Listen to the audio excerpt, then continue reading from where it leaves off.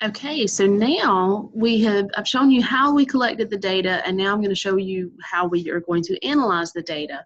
So the trial that I ran as like an example for the class is this one right here. And these were the times that were between each color change. And then here I have set the spreadsheet up so it calculates the cumulative time. So it takes these values and kind of sums them up as you go down. And then this is the total number of moles from the test tube that was being added. So we were adding from a test tube every time we saw the color change. This was getting added up, and that was the number of moles that had been consumed at that particular color change. So what we need to do is graph that data. So I'm going to, once I've collected all the data, I'm going to highlight, I want this on the x-axis and this on the y-axis. I'm going to insert an XY scatter graph. Okay? And then that produces, I see it's got a nice linear shape to it, which I'm happy about. The slope of that line is going to tell me the rate of the reaction for that particular trial. So what I want to do is add a trend line. I'm going to display the trend line on the chart. And then this value right here, it's in the format of y equals mx plus b. That 3 times 10 to the negative 6th value is my slope of the line. That is the rate of the reaction for solution 3. So that was the one that I did as an example, and then each of the other groups around the room did another solution. The difference in the solutions was the initial concentration. So we were varying concentrations and measuring rates. That is going to give us data that will help us to calculate the method of initial rate. So we repeated this process for the different trials. So I can just drag that down and it gives me a new rate. So this is how the rate was calculated for each of the 4 solutions. So now I'm going to switch over to my camera.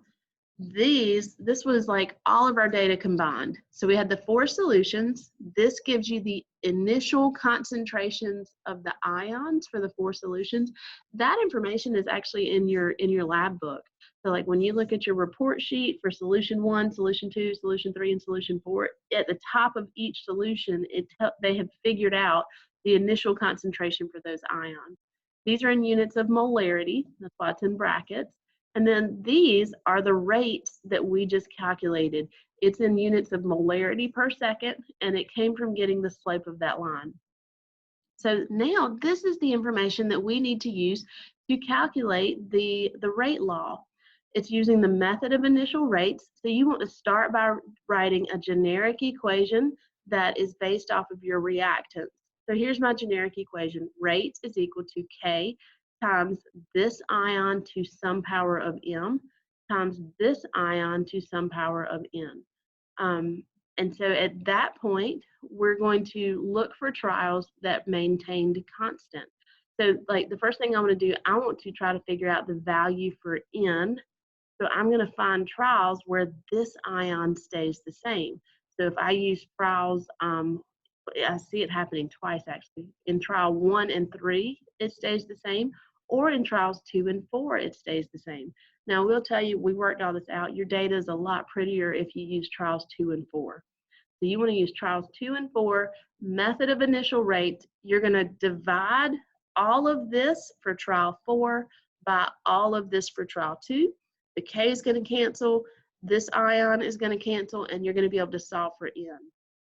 And then you want to repeat that process using trials 1 and 2, because if you look at trials 1 and 2, you see how those stay the same.